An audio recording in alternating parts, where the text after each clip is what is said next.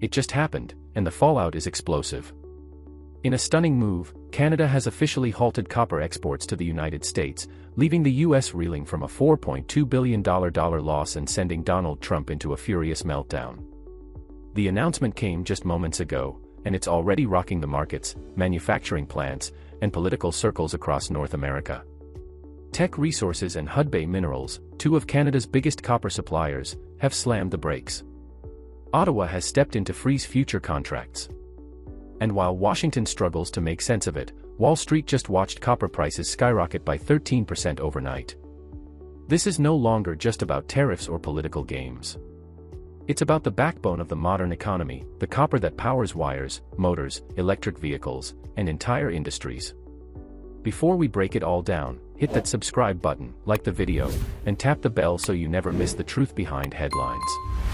Canada strikes back, a retaliation in copper. This isn't random. Canada's copper halt comes directly on the heels of Trump's new tariff plans aimed at Canadian metals, energy, and tech components. In what he called an America First trade shift, Trump tried to squeeze Canada into new deals. But Canada, for once, didn't blink. Instead, they hit back, and they hit where it hurts. Copper isn't just another metal. It's essential to the US supply chain, embedded in everything from iPhones to fighter jets. So when Canada, the third largest copper exporter to the US, pulled the plug, the US economy felt it instantly. Teck and Hudbay didn't wait for bureaucratic debate. They paused exports right away. The message was clear: if Trump wants to play economic hardball, so can Canada. And they're playing to win. A $4.2 billion hole, manufacturing in crisis. The most immediate fallout? Over $4.2 billion worth of copper contracts just vanished into thin air.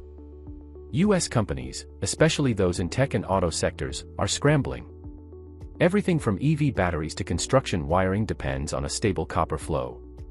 And now, orders are delayed. Prices are surging. Assembly lines are pausing. And raw material buyers are panicking. American manufacturers had built their budgets around a predictable, relatively affordable copper supply from Canada. Now they're being forced to pivot to more expensive, often less reliable sources like Chile or Indonesia. That switch won't just hurt profits, it'll ripple into consumer prices. Expect cars, electronics, and even housing materials to get more expensive in the coming months. Trump's meltdown, White House taken off guard.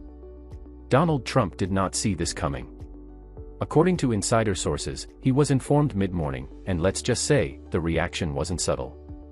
One staffer reportedly described it as full-on rage. Trump had assumed Canada would fold under pressure, but this bold copper move proved the opposite. At a press event later that day, Trump dodged questions about the copper halt but was visibly agitated, repeating phrases like, "unfair trade," "Canada will pay," and "we're not backing down." Behind the scenes, however, the White House trade team was blindsided. The U.S. Trade Representative's office released only a short, vague statement saying they're monitoring the situation closely. In Washington speak, that means panic mode. Why copper? Why now? Copper isn't just a valuable resource, it's a strategic weapon in economic warfare. Its role in electricity, electronics, and green energy has made it a 21st century oil. Canada knew exactly what it was doing. By targeting copper, they struck at the nerve center of U.S. infrastructure and long-term energy goals. From EV batteries to solar panels to basic wiring in every home and factory, copper is the lifeblood of the transition to a modern economy. And the timing couldn't be worse.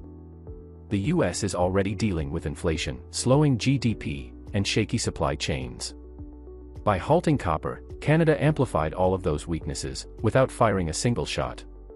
Ottawa isn't just playing defense. They're shaping the rules of the game, and rewriting the playbook right in front of Washington's eyes. Wall Street reacts, copper spikes 13%. The markets felt the shockwaves almost immediately. Within hours of the announcement, copper futures on the New York Mercantile Exchange jumped 13%, the sharpest single-day spike in nearly a decade. Traders who had shorted copper got crushed. Meanwhile, energy and construction stocks took a dive, with companies like General Electric and Tesla seeing noticeable dips by the end of the trading day. Even renewable energy firms saw their valuations wobble, as copper supply worries rattled long-term projections. Investment analysts are now warning of a longer-term pricing surge. And if that happens, expect infrastructure costs across America to rise dramatically.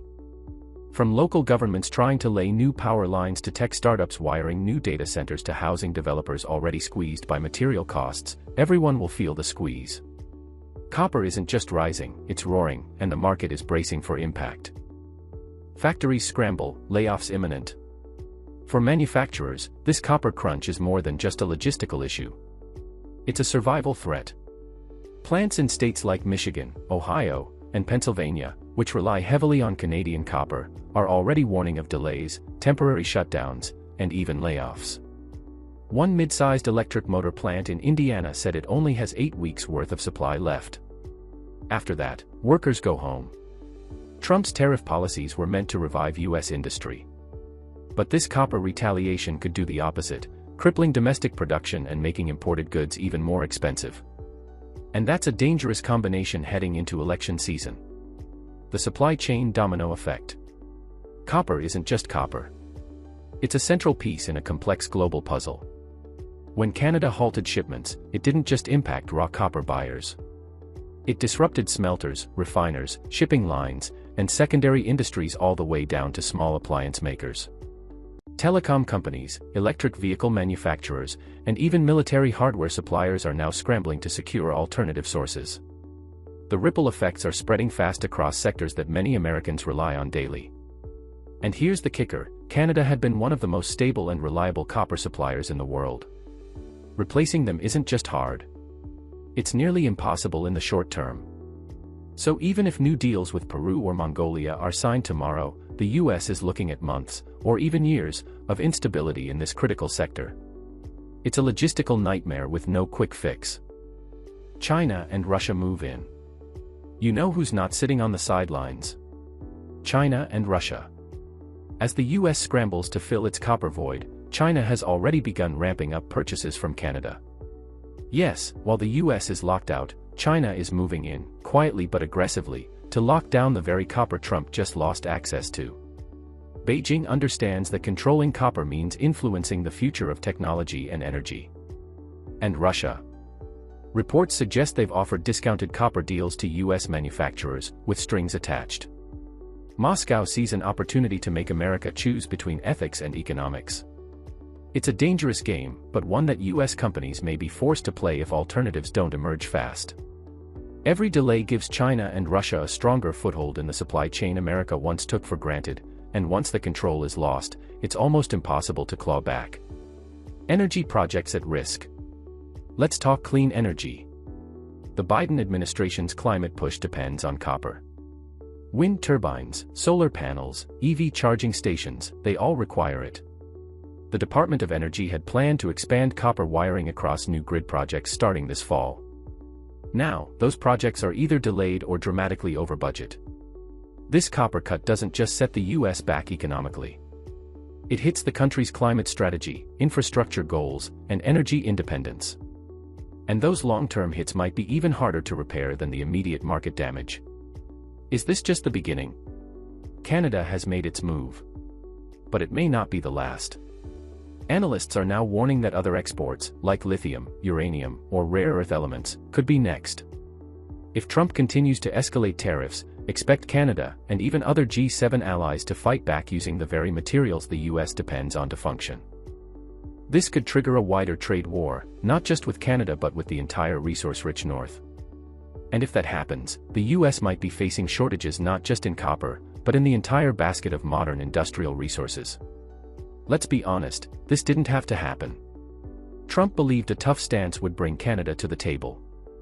Instead, it brought the copper hammer down on America's neck. The $4.2 billion loss is just the tip of the iceberg.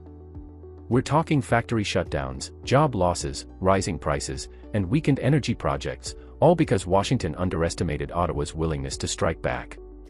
If Trump doesn't find a way to cool tensions and reopen the copper tap, this could go down as one of the most costly trade blunders in modern US history. And the worst part? It's still unfolding, minute by minute. Don't forget to like, comment, and subscribe. We'll keep bringing you the real story behind the headlines, no spin, just facts. Stay sharp. Stay informed.